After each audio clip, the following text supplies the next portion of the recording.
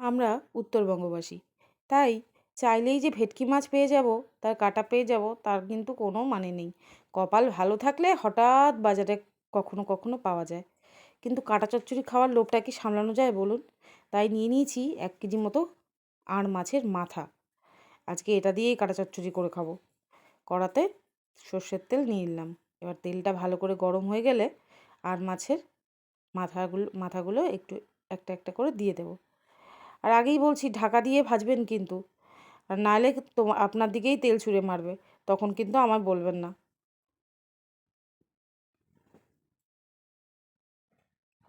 এবার হালকা আঁচে মাথাগুলোকে ভালো করে ভাজতে হবে, যেন ভেতর পর্যন্ত ভাজাটা হয়ে যায়, নাহলে ভাল লাগবে না খেতে। মাথা ভাজা হয়ে গেল। এবার 3টে বড় সাইজের পেঁয়াজ কেটে নিয়েছি, আর 1 চামচ মতো রসুন কুচি। কড়াতে আবার একটু তেল গরম করে নিলাম, দিয়ে দেবো 2টো শুকনো লঙ্কা ফোড়নে।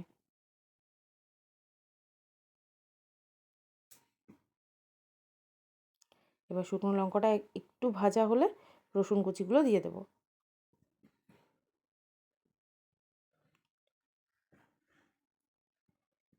রসুন কুচিগুলো ভাজা ভাজা হয়ে গেলে দিয়ে দেবো পেঁয়াজগুলো। এবার পেঁয়াজটাকেও বেশ লাল লাল করে ভেজে নেব।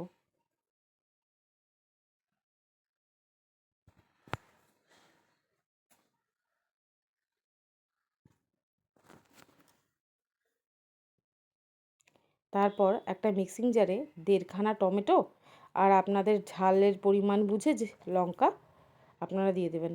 আমি তো মোটামুটি 7-8খানা দিয়েই দিয়েছি। এবার এটা ব্লেন্ড করে নেব, আর একটু কাশ্মীরি লঙ্কার গুঁড়ো ওই পেঁয়াজের ওপর দিয়ে দিলাম।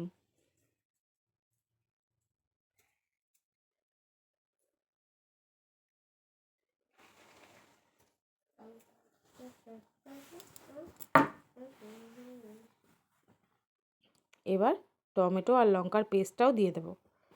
এবার এটা ভালো করে কষতে হবে।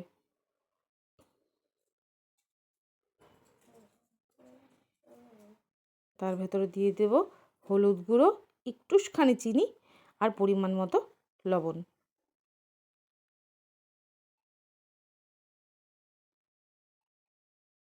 এবার তেল ছাড়া পর্যন্ত ভালো করে কষে নেব।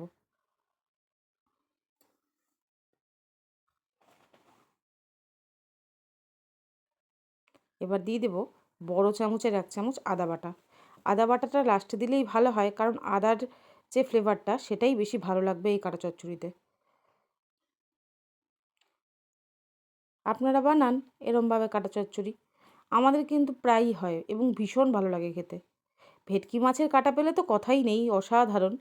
কিন্তু যদি না পাওয়া যায় তা বলে কি খাবো না বলুন তো? এবার পরিমাণ মতো জল দিয়ে দেব, দিয়ে চাপা দিয়ে ভালো করে ফুটতে দেব।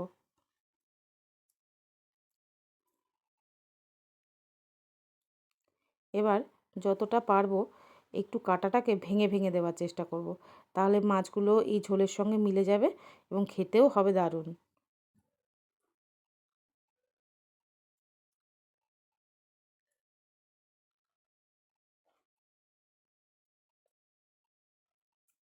এবার লাস্টে ধনেপাতা দিয়ে আবার একটুখানি কষে নেব।